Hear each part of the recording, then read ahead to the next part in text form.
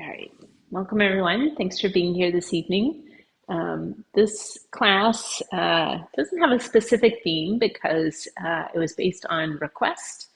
So a few people emailed in and gave their request for a few different things, and some of them were sort of repeats of what we've done in the past or things that they liked of some of the classes that we had. And then a few were sort of addressing some specific things as part of rowing. So as we go through the practice, you'll see where each of those things were coming from. And as far as props go, we need a blanket or a towel. We'll be doing the chest stretch at the very beginning where we have a roll under our head and spine.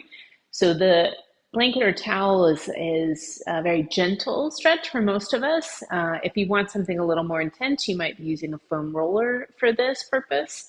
If you have the yoga blocks, grab them. They are going to be helpful for a few of the things that we're going to do later on.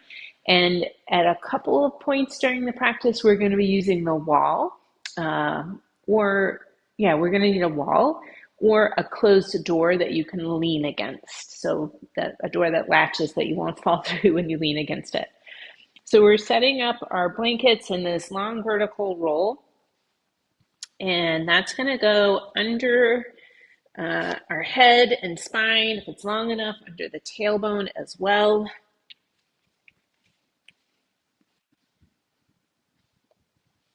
Make sure the head is supported on there.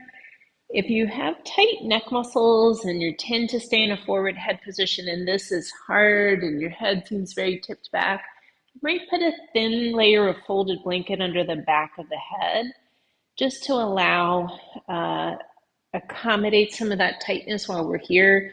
You might be able to take it out after being here for a minute or two. You could see how that works. Have the knees bent and the feet flat. You might have your feet out a little wider than your hips. And this helps keep you from feeling like you're tipping side to side here. And then bring your arms down by the sides, palms up. If it's comfortable, you close your eyes. If it feels better to keep them open, that's fine too. Doesn't matter either way, except for how it makes you feel. So for me, often closing my eyes allows me to turn inward and be a little more present with the sensations in my body.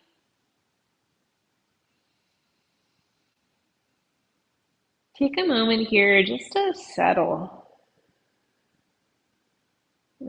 literally allowing your body to settle into the prop, into the earth.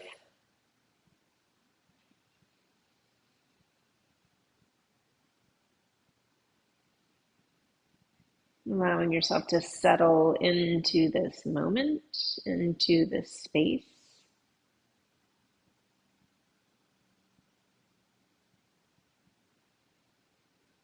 Settling into the sensations of your body. So you might be becoming more aware of that roll under the spine, the position of the head, the feeling of the shoulder blades wrapping around that roll, sensation of the earth under the backs of your hands, soles of your feet.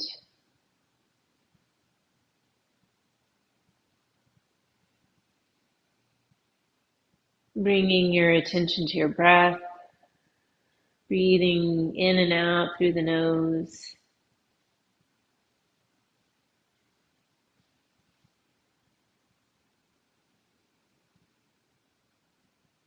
You might feel that inhale, expansion in the front of the body, and perhaps even that pressure of the mid and upper back into the roll as you breathe in, expanding the ribs, upper back. As you exhale, you might notice the shoulder blades releasing towards the earth a little bit more.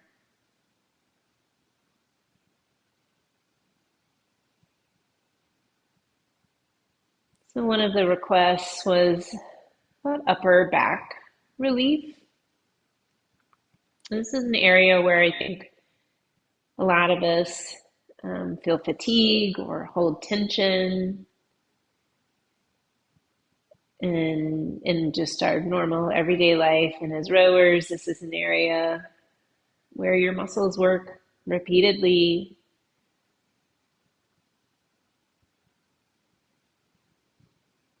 So allowing those muscles to relax, release.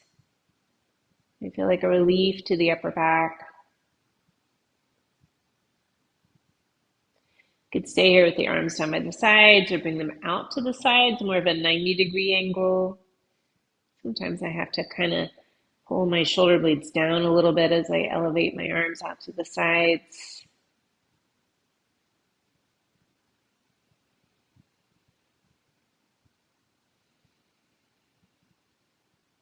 This is a pose I like to get in towards the end of my day or the end of my work day, letting gravity assist me in pulling the shoulders back, allowing my body to recall this is really where my shoulders want to be, more in line with my ears as opposed to forward or lifted towards my ears. You might stay here or bend those elbows, backs of hands still resting on the floor. And if you're tight in the chest muscles or the fronts of the shoulders, you might not be able to bend the elbows as much.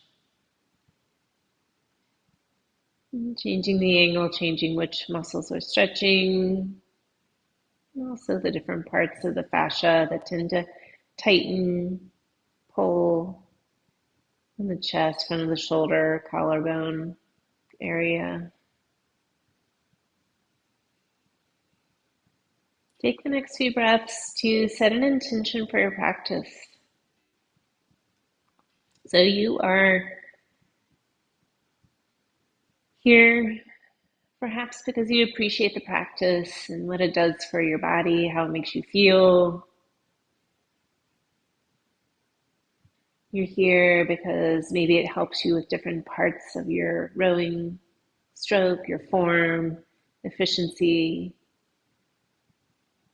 maybe for injury prevention. Maybe it's all of the above. But if you'd like to concentrate on a certain aspect or your reason for being here, simplify the thought. Injury prevention, letting go of tension, feeling better, whatever it is, bring this thought to the front of your mind and breathe with intention.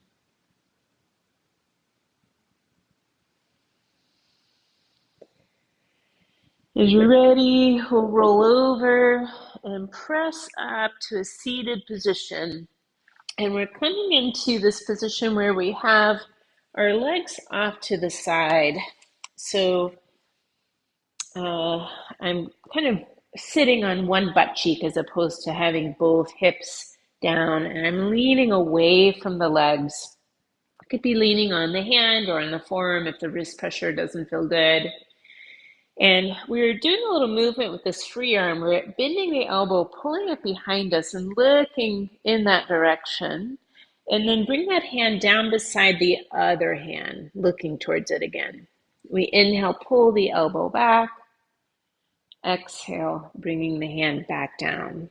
So I'm going to keep up that movement, pulling back. If you'd like a little more side stretch, you might bring the hand to the floor and slide it forward a little bit. And I'm bending through my supporting elbow. Again, same pull back at the elbow. Exhale, lower the hand, reach it maybe out to stretch through the lats and the side waist. Low back a little bit. You could decide how far feels like a beneficial or comfortable stretch rather than it feeling uncomfortable or intense.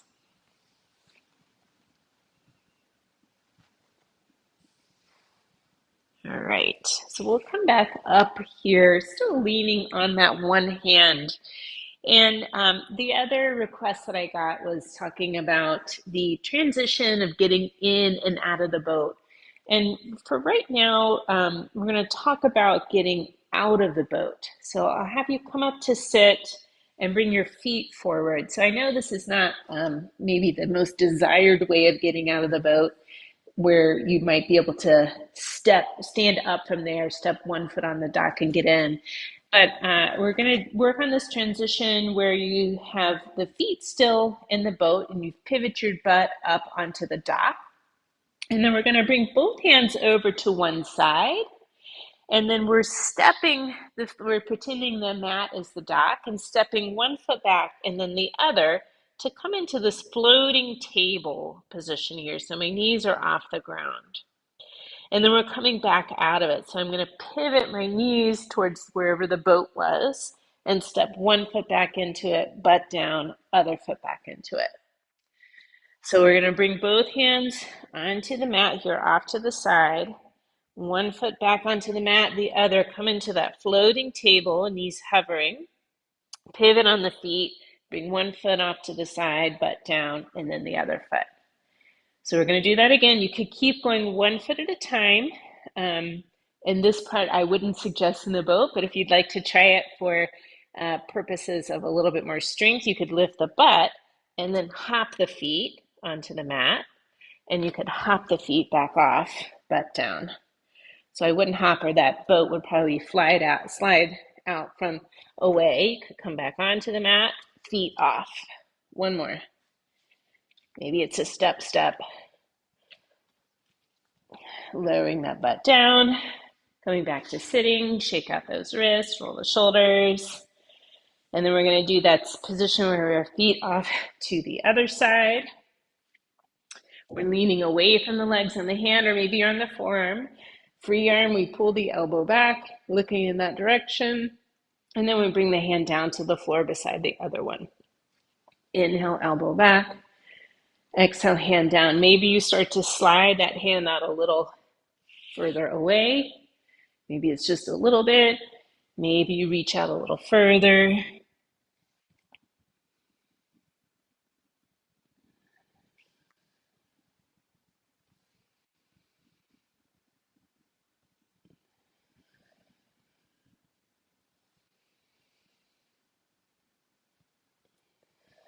That movement there, working on that shoulder blade movement, that mid and upper back positioning and rotation. So we're going to bring our legs forward here. So it says if, or in my mind, I'm thinking, hopefully this makes sense to you. The yoga mat is the dock and my feet are still in the boat. So I'm going to bring my hand over to the dock, lift the butt, step 1 foot onto the mat, then the other. We're floating table here, and then 1 foot back in the boat, the other butt down on the dock. So hands down, step, floating table, feet back off, step, butt down. I'm going to do a few more here. So if you want to try the little hop, you can. Again, I would not practice this for the boat because it doesn't really make sense, but I kind of like the little playfulness that happens with that and the little ballistic type of movement that you get here from the lower body to work on the strength. All right, bringing it down, legs out front, lean back, shake out those legs a little bit.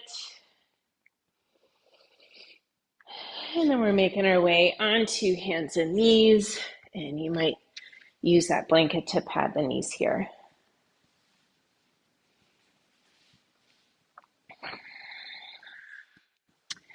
Tabletop pose where knees are under hips, wrists are under shoulders. You could change the hand position for loose fist or being on your forearms instead of that hand pressure, especially since we just did a little bit more with the weight bearing through the hands. Cat and cow motions of the spine. We round through the back, tuck your chin, tuck the tailbone under, and then inhale, lift the tailbone, pull the chest forward.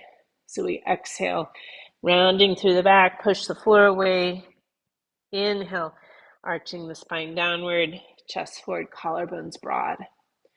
A few more here. One option is to keep going just like this, If you'd like to come up on your fingertips, so we're up on tented fingers and doing that same spinal motion. And the purpose here is to build strength in the muscles of the palm, and they take work off the wrist.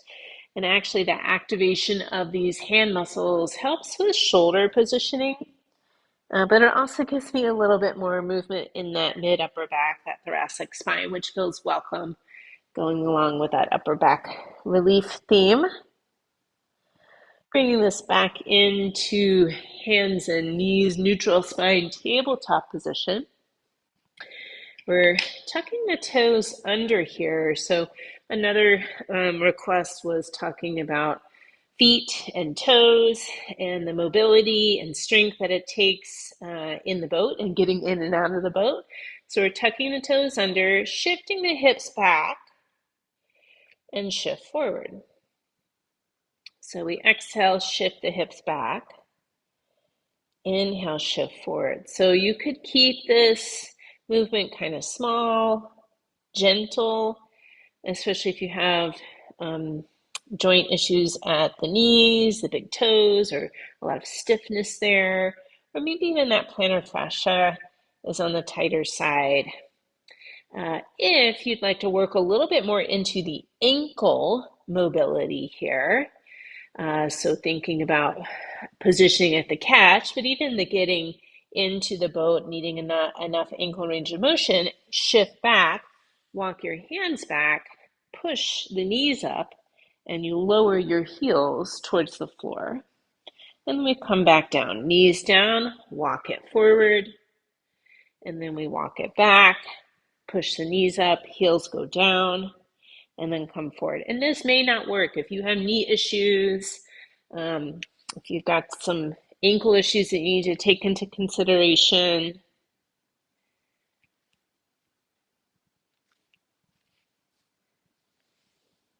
And we'll lower both knees down to the floor here. We'll step 1 foot back, toes tucked under. Again, this is similar, but we don't have as much weight bearing and there's not as much compression through the knees. So one of my favorite is this toe rocking one. So you shift forward, toes bend, shift back, press through the heel. So here we get toe and ankle mobilization all in one little movement. And you have a little bit more control over how much pressure is going through the toes, the ankle, and certainly the knee. No pressure on that lifted knee. All right, we'll switch sides. And just thinking about the catch position, needing enough ankle range of motion to be able to come into that tighter ball in the catch and not to have to borrow movement from other joints like the hips and the knees and the lower back. If that ankle has enough range of motion, then you end up with less hip and back problems from rowing. Lowering both knees down.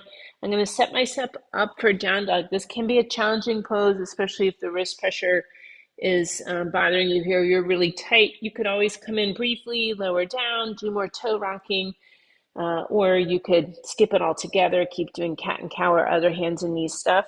Hands a little forward to shoulders, hips up and back. I have my fingers spread wide, and I'm clawing the pads of my fingers into the ground here, similar to that fingertip cat-cow. And then keep that spine long. I'm pretty tight through my left calf today, so I'm accommodating by bending my knees a lot and reaching my hips up and back, because I'd rather have a longer spine, straighter back than straight knees or heels to the ground. Take a few movements, shifting the hips, pedaling the feet, shake the head. Again, that pedaling the feet here, really good ankle toe mobilization, probably one of the best ones if you can tolerate the pose. Settling in your down dog, looking forward. We're going to bring the left foot between the hands, and it might not get into that position right away. Lower that right knee, left hand helping the foot come forward. We're all lowering the back knee. Lift the torso to come into this upright positioning.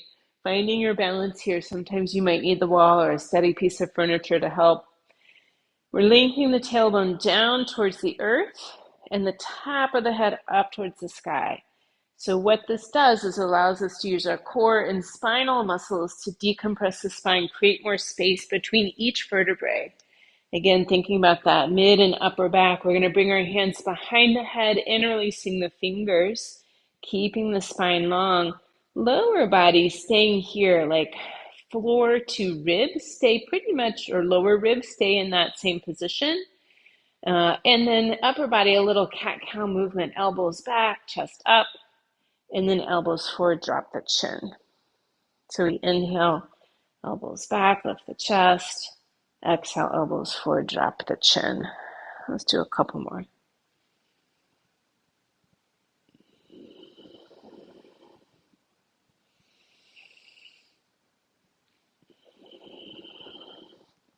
Bring the head back up, and we'll release both hands to the floor, stepping this back into a plank.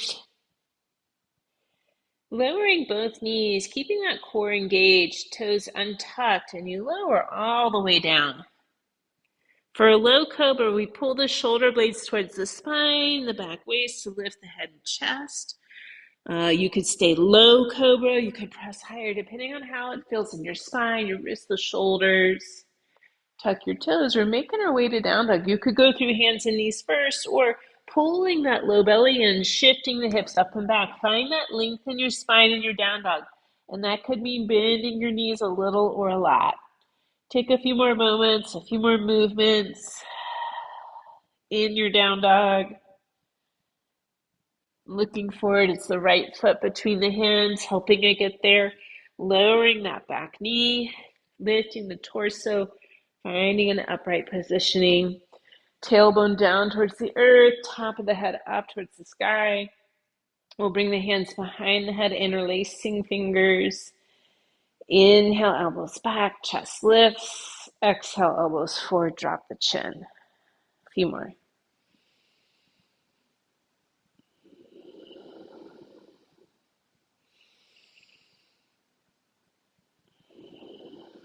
Last one.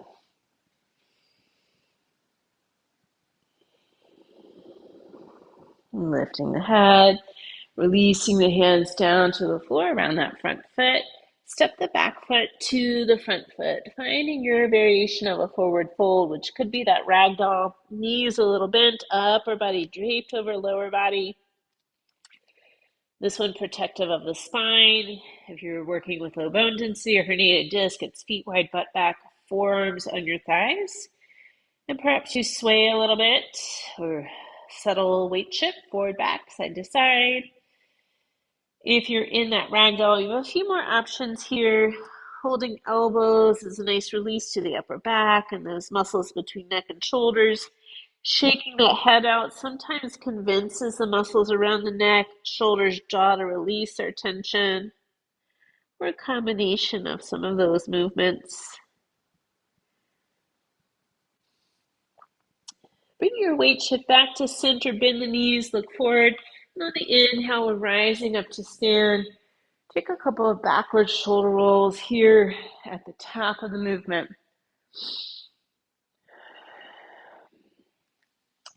So we are going to do a few things here, working on warming up the lower body before we come into a little bit more balance and strength work here. Thinking about that transition, the getting into the boat. But before we do it more specifically for that transitional purpose, we're going to use our yoga blocks if we have them. And if not, you could use a rolled towel or blanket. We're bringing that between the knees. And the purpose of this is to keep our knees in line with our hips and to not have the legs out too wide. And this is going to encourage us to use our glute maximus muscles a little bit more as we move in and out of this chair squat. So we're starting here, hands on the hips, sit back. I'm going to turn just so you can see my profile here. So I'm sitting back, more weight in my heels than the balls of my feet, which should take a little pressure out of the knees. Note that my spine is long and my chest is forward. To come out of this, I want you to think about squeezing your glutes, squeeze the buttocks to rise up to stand. And then we're sitting back in the chair. So we get to release the glutes and sit back, spine long, weight in the heels. So we're squeezing the glutes to rise up on the exhale, and then inhale, sitting back. I'm going to add a little side bend. If your shoulder likes it, do it. If not, don't. Squeeze the glutes, rise up, reach that one arm up and over. Subtle side bend. Exhale, sit back. Squeeze the glutes. Inhale, rise up, reach over. Exhale, sit back. We'll do a few more here. You might notice that the breath in yoga is often, or maybe sometimes, opposite of the breath you would use in strength training, right? Usually strength training, you exhale on the effort or the exertional part. And in yoga, it has to do with the anatomy of the breathing muscles, diaphragm, one's in between the ribs, and also what's happening at the rib cage, what's happening at the abdomen, or even the pelvic floor. All right, we'll come back up through center here, taking that block out from underneath, shake out those legs, roll the shoulders. So that was moving in and out of chair pose. I'm going to work a little bit on balancing chair. So another request was from the class of, I can't remember what I titled it, but it was something about a strong stroke from the toes up. Anyway, talking about the feet. So we're balancing chair. So you know chair, and that's where we're sitting back here. And normally I say weight in the heels, but balancing chair, we're actually going to lift the heels. So my knees stay bent, gaze is forward, focus on a non-moving spot. I'm lifting both heels. Breathing. And lower the heels and stand. So we're going to do a little sequence where we move in and out of that balancing chair. If you struggle with the balance, keep your gaze focused on a non-moving spot straight ahead. That will be helpful. So we start by lifting the heels. You could reach your arms up at the same time. Keep the heels up and sit back into the balancing chair. You could reach your arms forward, a little counterbalance. Think to squeeze the glutes and rise up to stand. Heels are still up. And then we lower the heels and the arms. Let's do that a few more times. So we're lifting the heels, arms come up. Heels stay up, but we sit back, arms reach forward to counterbalance. Squeeze the glutes, inhale, rise up. Exhale, lower the heels and the arms. Let it go, shake it out a little bit. Lift up on the toes, inhaling. Exhale, sit back. Inhale, squeeze the glutes, rise up. Exhale, lower the heels and the arms. Let's do one more. So up on the toes, sit back on the exhale, heels stay up. Squeeze the glutes, inhale, rise up. Exhale, lower the heels and the arms. Let it go, shake it out, roll the shoulders. All right, we are going to use the wall for the next few things that we're going to do. So the first one is working on control of the pelvis, the pelvic positioning, and the pelvic movement, side to side, rotational here, even forward, backward, has a lot to do with your control of the boat and the balance. So we're going to work on some really fine control of that. So you're going to back up to the wall. So my butt is on the wall, my shoulders are on the wall. Maybe you have the back of your head on the wall. Hopefully you can. If not, in that direction. And I have a little bend in my knees. So I'm doing a little bit of a wall squat here, but I'm going to hold the position. And I'm not deep, so it's hopefully not too much strain on the quads. And we're thinking about the pelvis, bowl-shaped bones that wrap around both sides. The sacrum is that triangular bone at the base of the spine. And right now, that sacrum, that middle of the sacrum, should be weight-bearing against the wall. So see if you can kind of feel that position there. Imagine the center of the sacrum is the center of a clock. The top of it is 12 o'clock. The bottom where the tailbone is 6 o'clock. And then depending on how you're thinking of it, front or back, one side is 3 o'clock and one side is 9 o'clock. Okay, so we're going to be moving the pelvis in those different directions of 9 o'clock, 6 o'clock, 12 o'clock, 3 o'clock. So think about pressing the 12 o'clock part of your sacrum into the wall. This is going to be a backward pelvic tilt. The tailbone moves towards the center of the room. And then we're pressing into 6 o'clock. So now the tailbone's pressing into the wall and the back is arching away from the surface of the wall. Let's do those two a few times. So press into 12 o'clock and then press into 6 o'clock. So the tailbone into the wall, back pulls away. Press into 12 o'clock, flattening the lower back into the wall. Press into 6 o'clock, pressing the tailbone into the wall. And then bring it back into center, right? So we're neutral or not at a time. And then we're going to think about 3 o'clock and 9 o'clock. So you're pressing into 3 o'clock, and then one side of the pelvis is going to pull away from the wall, and that knee moves forward of the other one.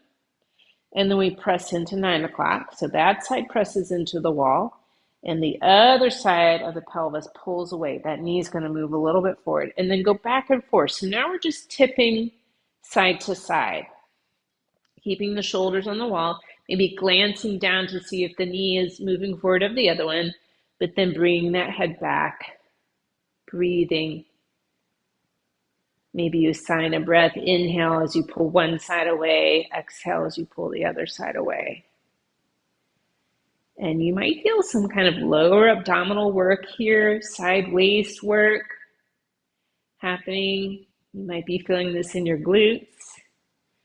All right, bring it back into center. Let's come up away from the wall just for a little bit of break. Shake off the legs. And we're going to come back into that position again. So hips on the wall, shoulders, head on the wall. Now we're thinking about that sacrum and the back of the pelvis as like a steering wheel.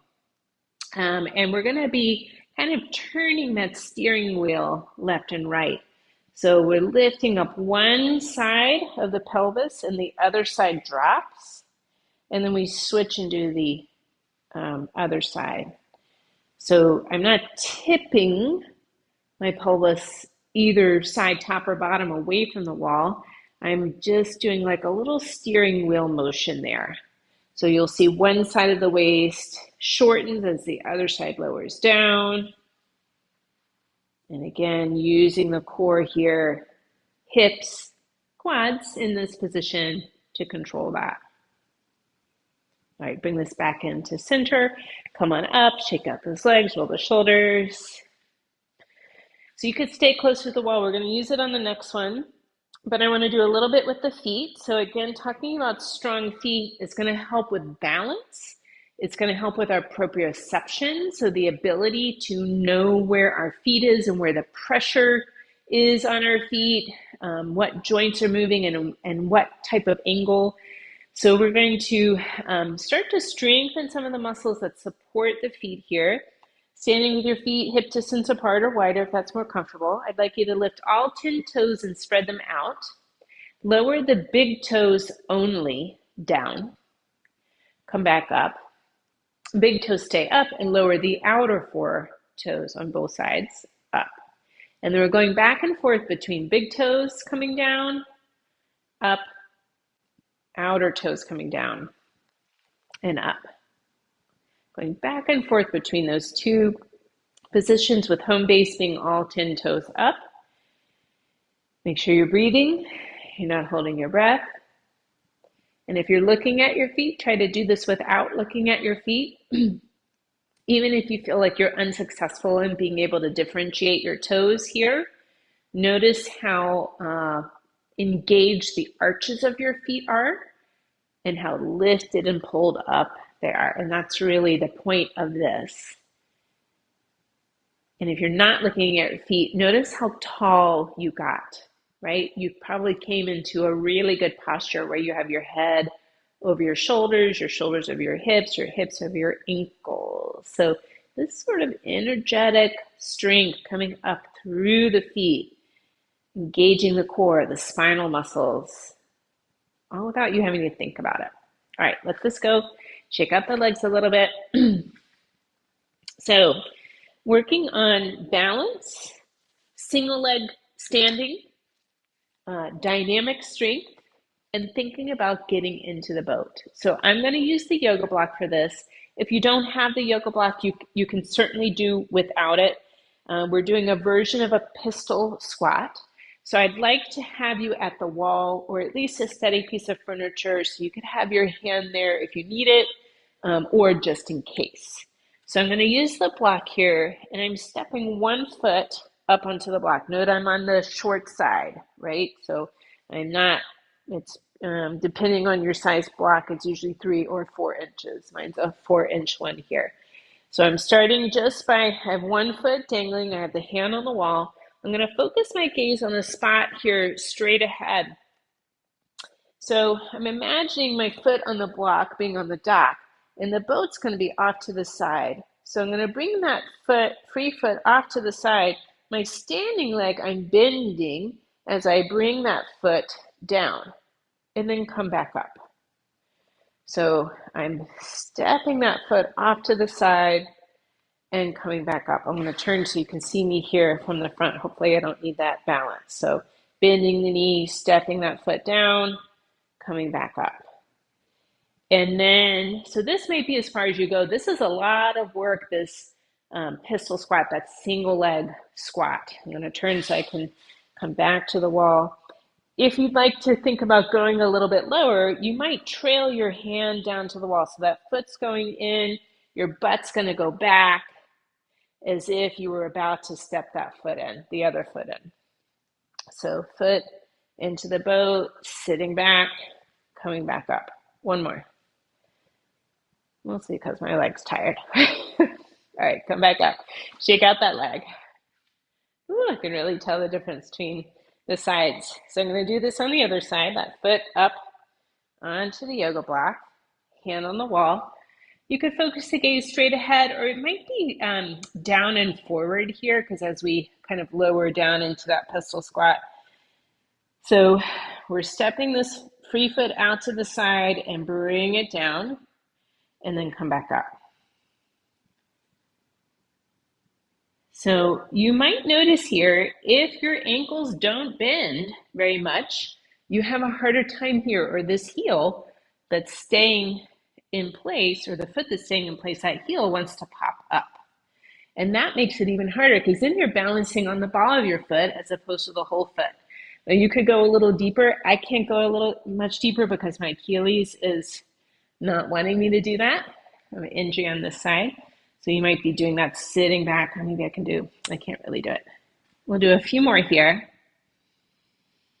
And bonus, single leg squatting.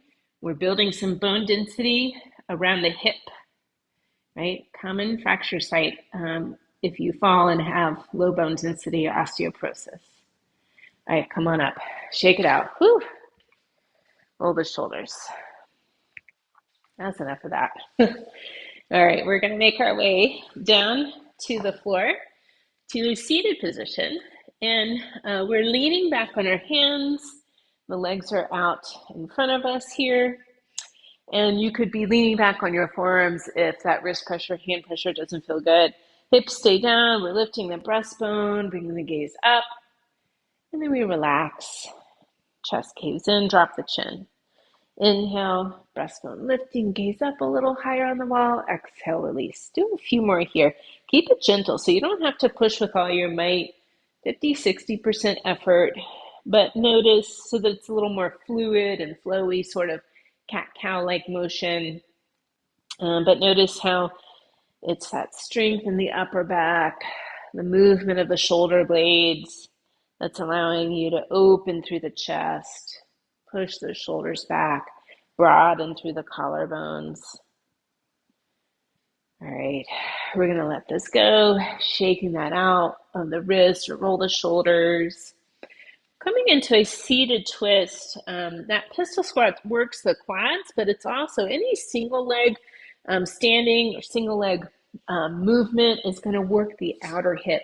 So that glute medius, this outer hip muscle, let's give it a gentle stretch here.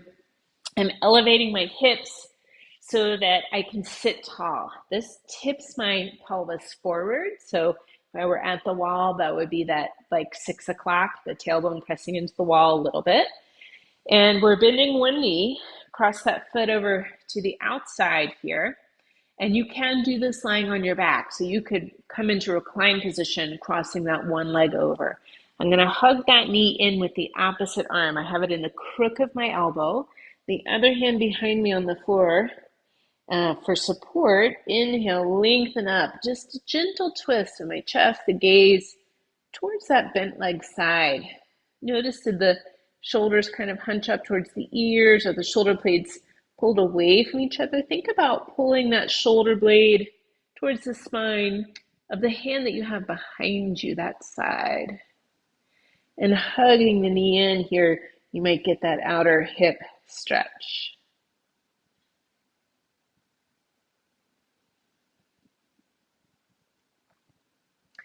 Unwinding, leg out straight, shake it out a little bit.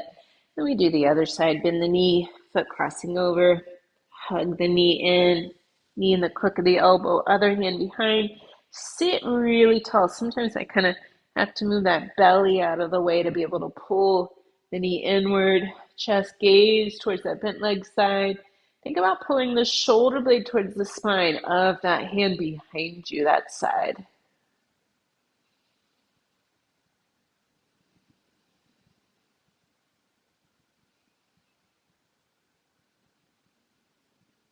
Unwinding both legs out, shaking that leg out here.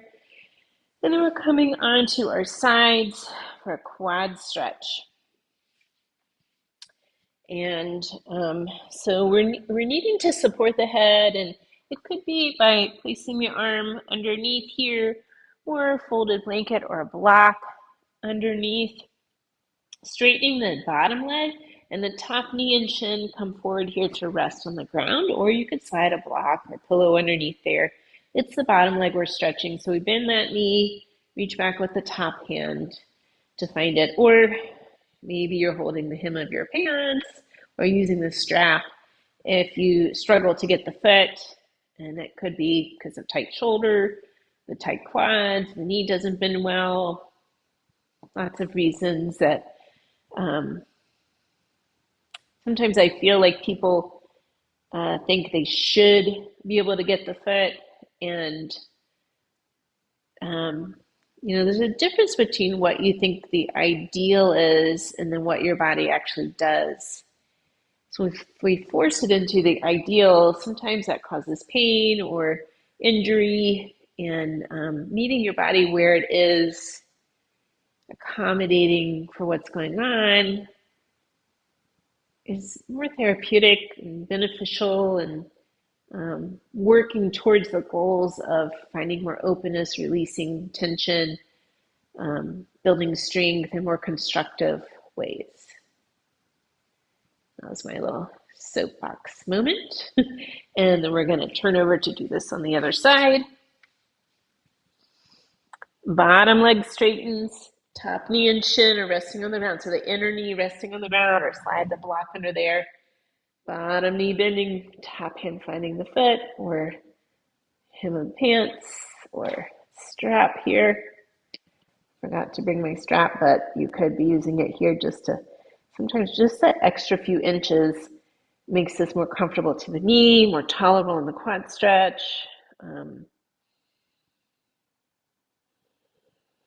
Whatever the reason. Slow that breathing down again.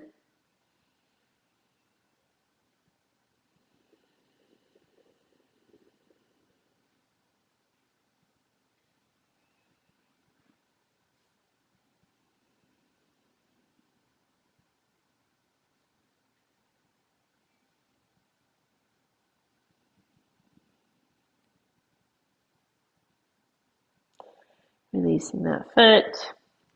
Come onto your back. If you have something in your head, moving that out here. We're setting up for a bridge pose.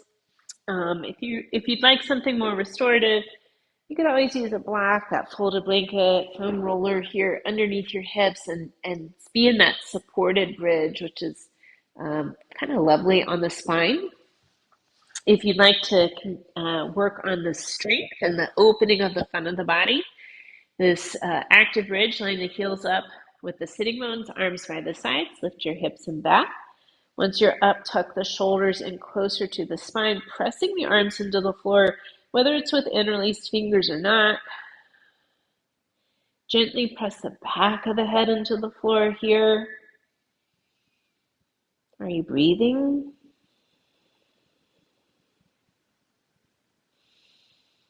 If you wanted a little challenge, maybe to the brain, lift all 10 toes, spread them out. Can you lower the big toes only? Come back up. Lower the outer toes only. Come back up. Maybe one more time, big toes down, outer toes down. All 10 toes down, spread out. Arms out from underneath, come down into your back. Gently rocking those knees here, side to side. It might feel good to pull the knees in towards you, gently rocking.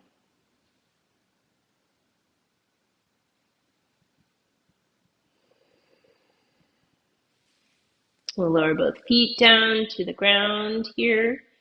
And I'd like you to cross one ankle over the other knee. Pause here. So we're going to leave the one foot down on the ground. Arms come out to the sides, gently rocking the legs side to side. And depending on if you hold a lot of tension in your back, hips, maybe this movement's pretty small. Might be even smaller one side than the other. Or if the stretch, the movement feels good, maybe you bring the legs down towards the floor a little bit more. Keep it gentle, slow, especially the coming back up to center so that you don't strain the low back muscle or your obliques. Bringing this back up to center. And now we're going to do just a little lift here. So the ankle's still staying crossed over the opposite thigh. I'm going to lift that foot up off the ground, pulling the legs towards you. You might feel a gentle stretch in the buttocks, outer hip, and then lower the foot back down. So we exhale, lift the foot up off the ground. Inhale to lower. Do a few more. Try not to let the ribs flare up off the ground here or a big old arch come up in the low back, especially as you lower the legs.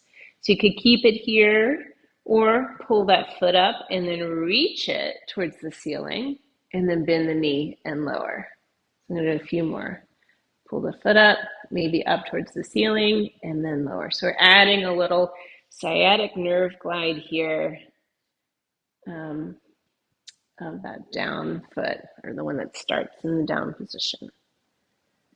All right, lower both feet down. Maybe you come into a knock knee position, so knees in, feet out wider than your hips. So often with the seat in the boat, especially if you don't have a pad, if you don't have an extra pad on it, and you're not amply padded yourself, you can put a lot of pressure on the sciatic nerve as it runs through the back of the hip or really through the buttocks there. And so that sciatic nerve glide can sometimes loosen up any bound down connective tissue around that nerve. We're going to do the other side. So ankle over knee, that one foot stays down, arms out to the sides, and gently rock the legs side to side. Keep it small at first and then make the movements bigger if the stretch feels welcome. It's not painful, not too intense. Keep it gentle here. Gentle, moderate sensations of stretch, release. Always works better than intense or painful. Our body protects us from going too far, protects you from tearing muscle fibers. usually, unless we override it or get forced into movement. All right, we're going to bring that knee up through center, so ankle stays crossed again. Back ribs press down, and we're going to lift the foot up. You might feel a little stretch in that buttocks, outer hip. Lower the foot back down. We'll do a few more here where we're just lifting and lowering the foot.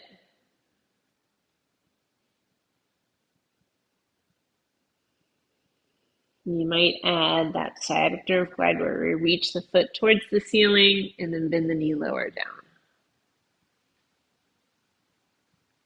This is a variation. This isn't how you would do a sciatic nerve glide by itself. This is combo or compounded exercises here. One more. And then pull both knees in towards you, gently rocking or circling the hips and knees.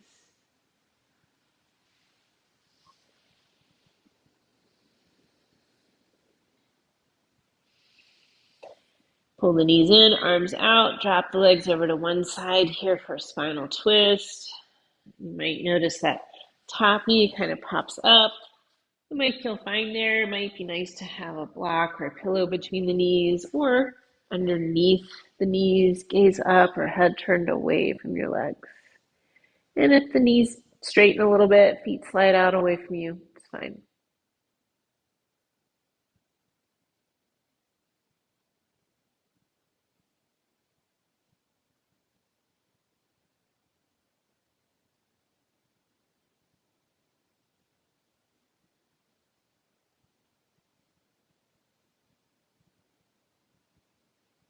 Pull the knees in, drop them over to the other side. Use the props here or don't. Head turned away from your legs.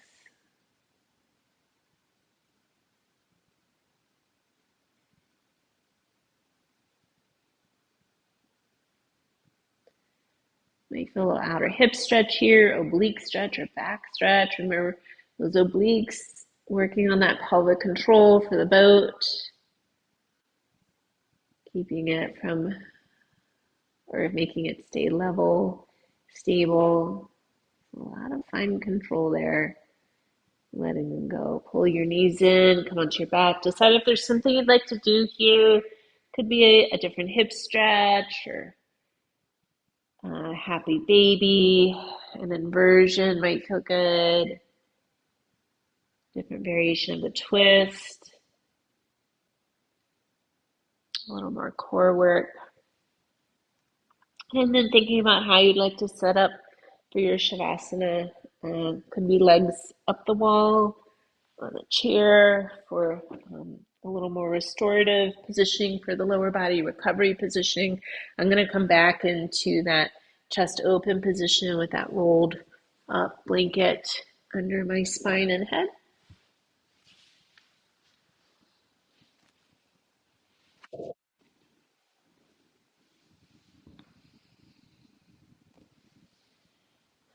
Wherever you've chosen to be, settle back in again, right? So sometimes settling in means kind of fidgeting, getting positioning the prop just right, your shoulders where you want them, your hips, your feet. Maybe it means covering up with a blanket.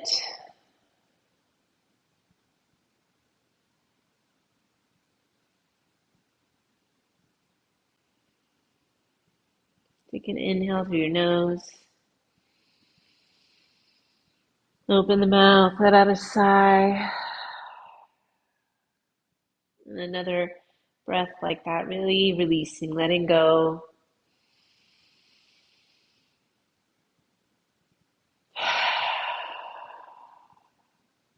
Let the breath go. Meaning we're no longer thinking about how or when we're breathing. Our body knows how to breathe and we let it lead the way.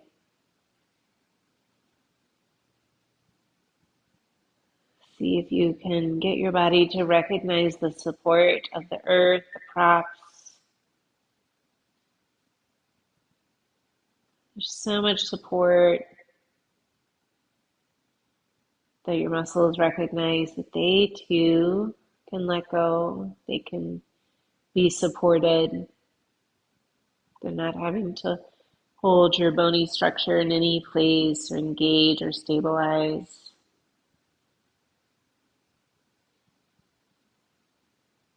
Rest here for the next few minutes.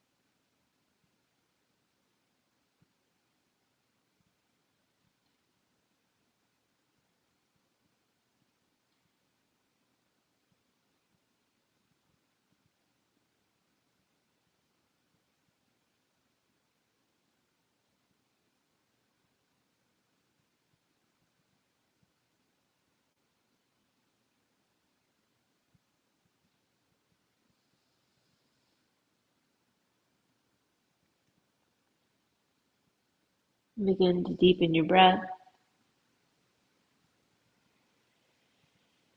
Encourage some gentle movements in the toes, the fingers, the wrists, the ankles, maybe the knees, the hips, the shoulders, elbows. Could be a big stretch where you inhale, lengthen out through the body. Exhale, let it go. Bend the knees, roll to your side, pause for a moment in that fetal pose. Perhaps taking this opportunity to appreciate your body and all it does for you, whether you're aware of it or not, and even if you think it doesn't work how it used to or how it should. Appreciating our health, our breath, and our yoga practice. Pressing up to a seated position. Thank you all for being here, sharing your practice, your energy. The light in me honors the light in each of you. Namaste.